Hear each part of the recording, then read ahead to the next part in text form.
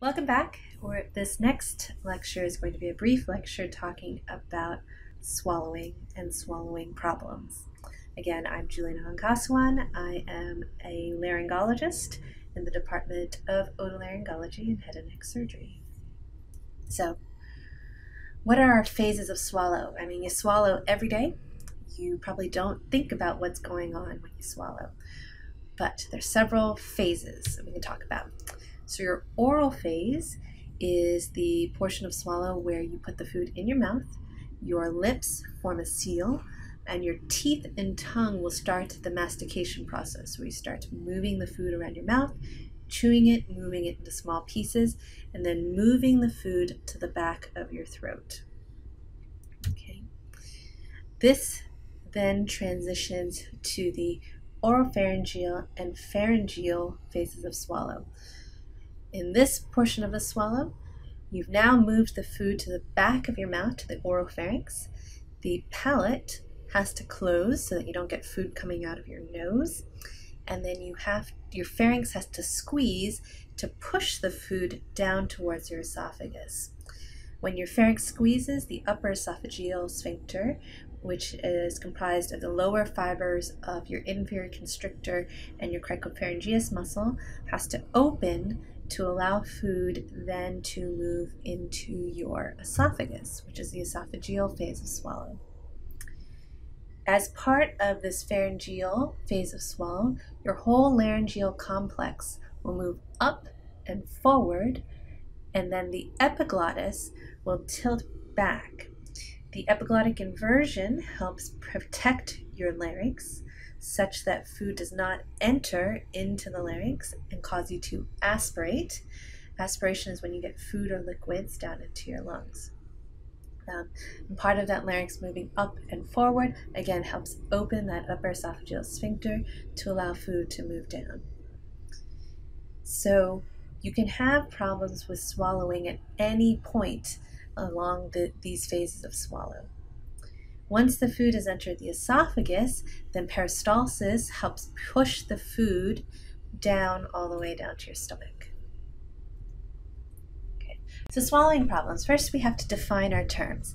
Dysphagia means difficulty with swallowing, whereas odynophagia means pain with swallowing. Okay. So when someone presents with dysphagia, what sort of questions do you want to ask? You want to know, do they have problems with solids, with liquids, or with both? How long does it take to eat a meal? How long does it take you to eat a meal? Probably for most medical students and residents, they eat pretty quickly. The normal is considered 15 to 20 minutes to eat a meal. If the patient is saying that it's taking them 45 minutes or an hour to eat a meal, there's a problem. Where does the food feel like it gets stuck? There have been several studies that have shown that patients can pretty much identify with their finger the level of obstruction of when they have swallowing dysfunction. Have they had weight loss, and how much weight loss over what time? Do they have coughing with swallowing? Do they choke on their food? Have they noticed any associated voice change? Have they had episodes of pneumonia associated with their swallowing problems? Pneumonia is going to point again towards aspiration, which can be a life-threatening problem. So what are different ways that you can evaluate the swallow? So you can do a clinical swallow exam, where you watch them swallow. You want to put your hand on their larynx. I want you guys to do that right now, and go ahead and swallow. And you can feel the larynx move up, tilt forward, and come back down again.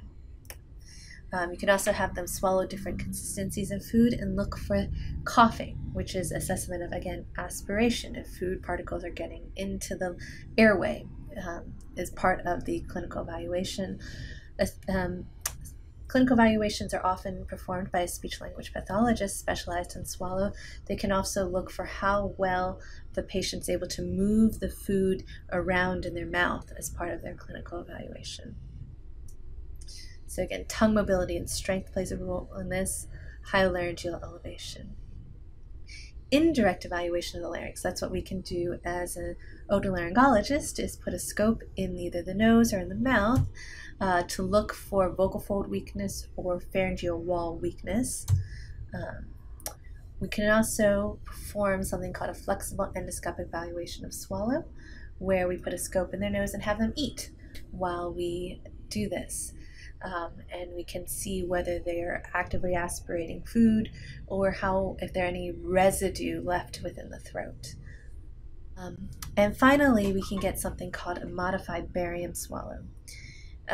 Modified barium swallow is done by a speech pathologist in conjunction with a radiologist, and under fluoro they'll have them eat different consistencies of foods, starting with thin liquids, thickened liquids, soft foods, and solids, which are dyed with barium. And again, they can evaluate for how well they move the food around their mouth, how well they move it back to their pharynx. They can also look for evidence of aspiration. This should be differentiated from a regular barium swallow, which is not done with a speech pathologist. A barium swallow alone is typically done in a supine position by a radiologist alone, and is really meant to look only at the esophageal phase of swallowing.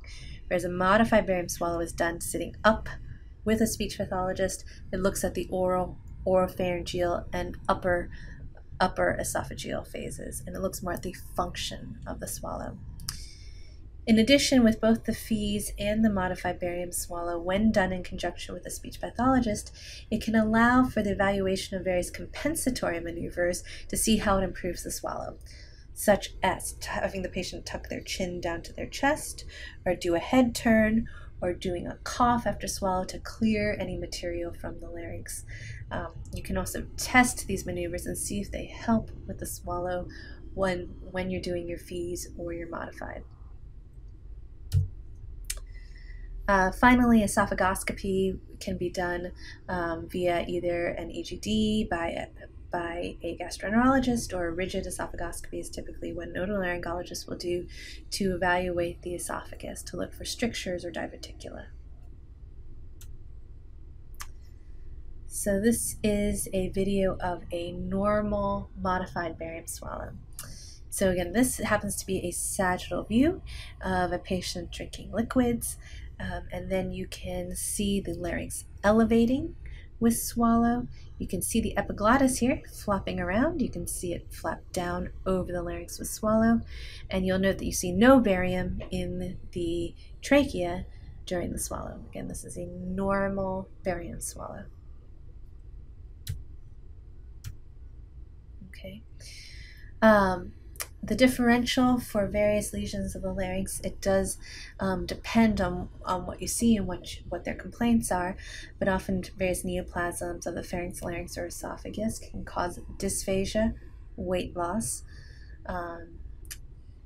Individuals with neurologic diagnoses, especially with strokes or other degenerative neurologic diseases, will have a lot of associated dysphagia.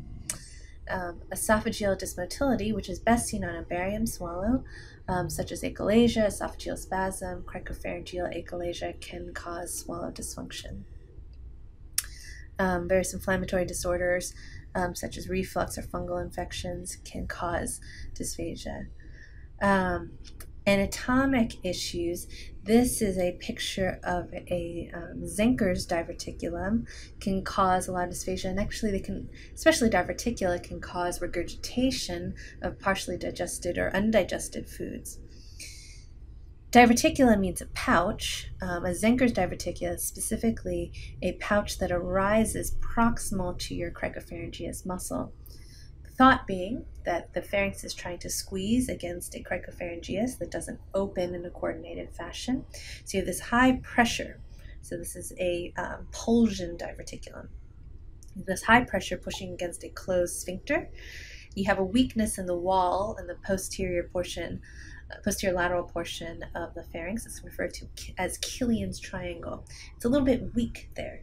So when you have this high pressure, Pulsion diverticula, that area of weakness will gradually will start to distend and get a little bit larger and get a little bit larger, so you have a pouch in which food and liquids can accumulate and then regurgitate or spill back over into the larynx, causing aspiration.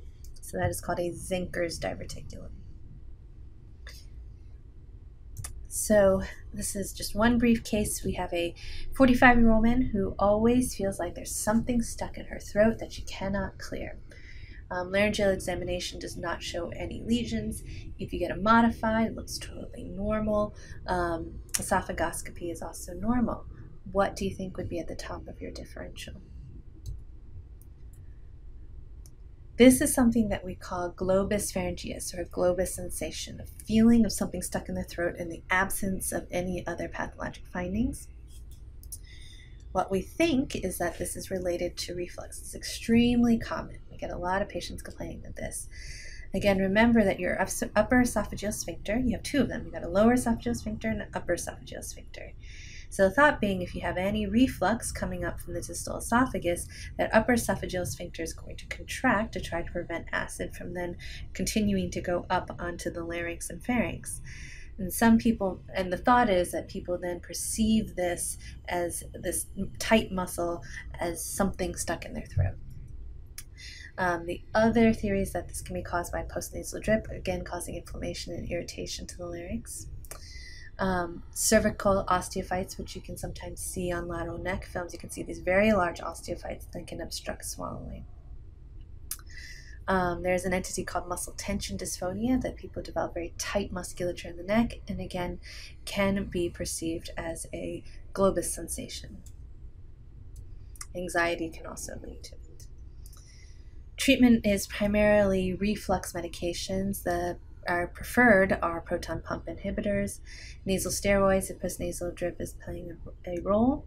You can also refer them for speech pathology, for laryngeal relaxation, as well as reassurance once you've ruled out any other more worrisome causes through a thorough workup. All right, thank you. For any more questions regarding swallowing dysfunctions, please feel free to email me. Thanks.